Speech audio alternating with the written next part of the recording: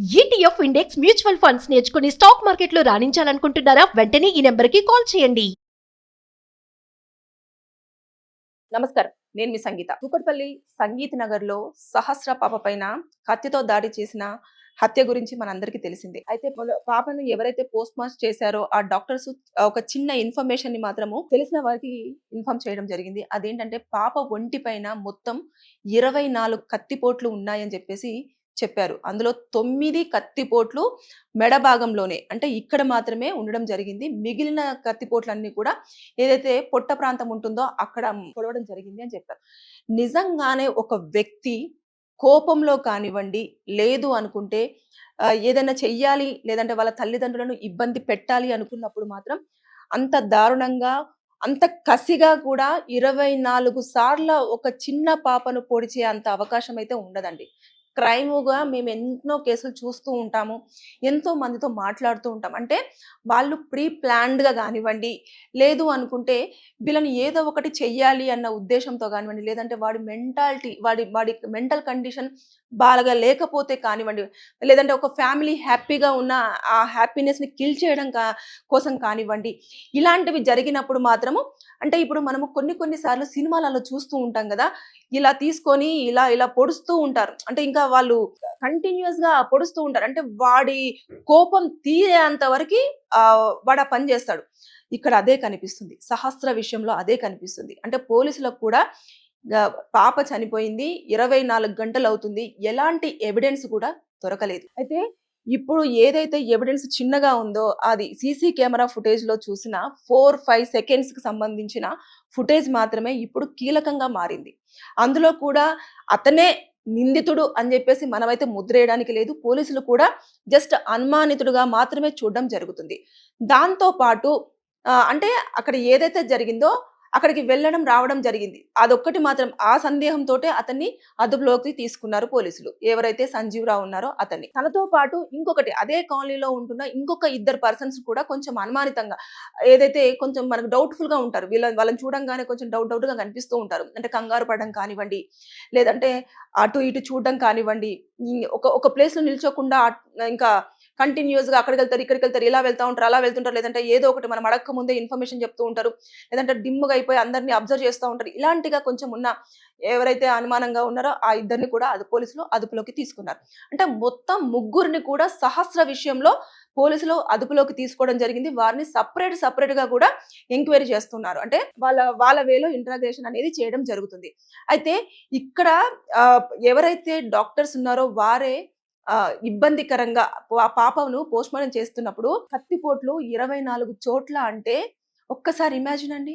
ఎంత దారుణంగా వాడు పొడిచుంటాడు. అంత దారుణమా చిన్న పాప. అంటే పాపకు సంబంధించిన ఏదైతే కడుపు ప్రాంతంలో కూడా కొన్ని శాంపిల్స్‌ని కలెక్ట్ చేయడం జరిగింది. ఎందుకు అంటే పాపకు ఏదైనా తినిపించి తను స్పృహ కోల్పోయిన తర్వాత ఇంత కసిగా పొడవడం జరిగిందా?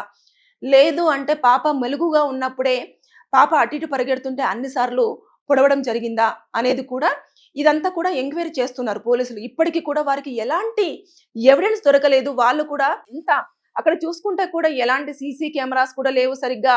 ఆ ఉన్న ఒక్క సీసీ కెమెరాలో ఆ ఒక్క పర్సన్ మాత్రమే అందులో అటు వెళ్తున్నట్టు రికార్డ్ అవ్వడం జరిగింది తప్ప అతనే చేశాడన్న కన్ఫర్మేషన్ కూడా దొరకట్లేదు. డాగ్ స్క్వాడ్స్ కూడా రావడం జరిగింది.